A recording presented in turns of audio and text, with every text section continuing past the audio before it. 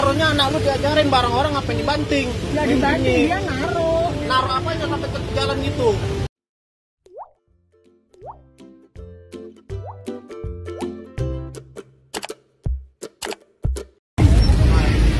Mas, tadi kenapa itu?